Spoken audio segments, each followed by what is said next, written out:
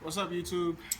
Today we're working on a 2018 Honda Accord Touring, 2.0 Touring, and I decided to replace the stock rear chrome emblem because I'm not a fan of chrome at all. My wife hates me always taking stuff off, replacing it because it's chrome, but that's just my preference. So I decided to remove the chrome stock and replace it with this was factory chrome on my wife's Civic, which is right there.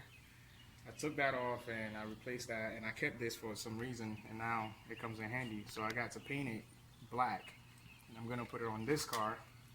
And I didn't want to snap it off because I figured I can keep it for future use on maybe a future project or something.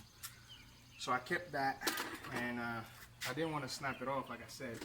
So I decided to remove it the right way. And as you can see, the rear panel is completely removed. And I didn't know how far I was going to get into this until I started taking off bolts and nuts, and this is how far I got. Now, I didn't record the removal process, but it's not very hard. It's just a bunch of bolts and nuts you got to remove. If you got 8mm socket, it's very easy to do. And when you remove it, this panel comes off as a whole. And all I'm going to do is I'm going to put this on here with the locking. They have kind of look like self-locking nuts on the back side of these. And that's what I'm just going to install it, lock them in the back, and it'll be as good as gold. I didn't want to, my original plan was to snap the old one off, put these on. But with that, I would have had to use either 3M tape or super glue it on, which I did on a old 2002 Accord I used to own. And I remember one time I was going through a high pressure car wash, and went through the car wash, came out, tried to go dry off the car, and there was no emblem. So I didn't want to make that mistake again. So I'm going to do it the right way this time, and then once I have it all installed, I will show you guys another video. And to get this panel off, really, all you need is an 8mm socket. And there's about 12 of these little bolts that you got to remove, and they hold this bar with the lights as an assembly, and they mount it 2 on the corners, 2 on the inside, and I believe 4 all around. And once you get all those off, really it just pops out. It's not hard at all, but be careful taking it off because you got this wire harness which connects to the license plate light and the reverse camera. Just if you're gonna do this, remember when you pop this off, these you're not really gonna see them until you yank it, or if you're like me, really take your time because you don't want to damage anything. And so I'm gonna go ahead and put it all back together, and I'll show you guys what it looks like in the end, and I'll show it. I'm thinking about doing a follow-up video to kind of show you guys how to take it apart, because like I said, I didn't realize how much I had to take off, and I haven't seen any videos on YouTube for this type of removal. So the emblem is on the panel, and I just reconnected the license plate light and backup camera, and that's what they look like. Now I'm going to put the panel back onto the rest of the car, and there we go. Just gotta make sure everything lines up properly. There it is.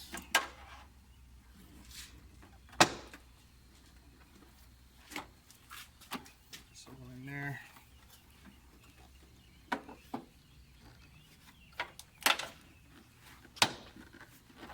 And you hear that popping sound, those are just the lock pins engaging the holes that they're meant for. So this is what it looks like with the black emblem on it. I already have the tail lights, not the tail lights, but the reverse light and turn signal blacked out. And next I'm thinking about rebadging the Accord symbol, and just to kind of keep it symmetrical. But that's what it looks like. And as far as finish the installation of this panel, you got 1, 2, 3, 4, 5, 6, 7, 8 8mm bolts to put on. And once that goes on, So once you have the 8mm bolts installed, there are 8 of them, I believe. Make sure you reconnect your lights. I had to take out the reverse lights housing, had to be removed, and then the turn signal lights harnesses had to be disconnected. So once you put all that back, then it's time for you to put this carpet back on there, which is real easy. Just had these plastic retaining pins. I believe there is 8 of those as well, and I had one of these panel trim removal tool.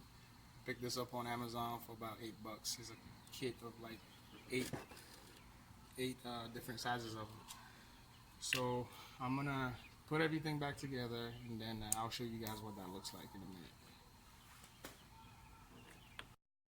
Alright YouTube, so this is the final product with the blacked out emblem installed, as well as I debadged the Accord symbol that used to be here.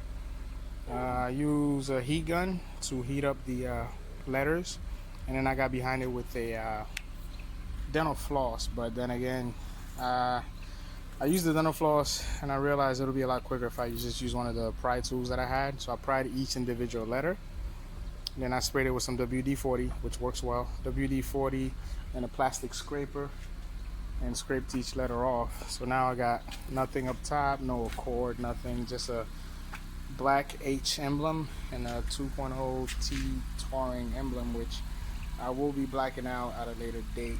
And then another thing I put on was this bumper seal protector, which I got on eBay. I'm gonna post a link to that. I think I've spent $60 on this thing. One of the issues I had with finding this thing is the dimensions of this bumper. So from edge to edge, from this edge, inboard edge of this bumper to the outer edge is only about 2 inches, and a lot of the ones they make are like 3 inches and up. So I had to do more research to figure out which exactly matches this car, and this is a perfect fit. As you can see, it is 2 inches exactly, and it covers the whole length of the bumper seal from end to end, just to keep it from getting scratched, just because the car is white. And I'm in the military, so I do a lot of carrying gear back and forth to work for training or whatever else. So I didn't want this thing to get scratched, and so there it is, bumper protector. And I think the before I forget, I also have a 12-inch in there, 12-inch kicker sub with a Kenwood 5-channel amp with a LC7 audio control. And I'll be doing a separate video on how I installed this thing. It took 2 days to get it all to work perfectly, but I'll be doing another video at a later time for that. I really like the look of the black H on the white paint of the car. Came out really good. I think it looks really good. And there it is, there she is. So I'll see you guys in the next video, and if you have any questions, you can hit me up, send me a message, comment, whatever. I'm here, and thanks for watching.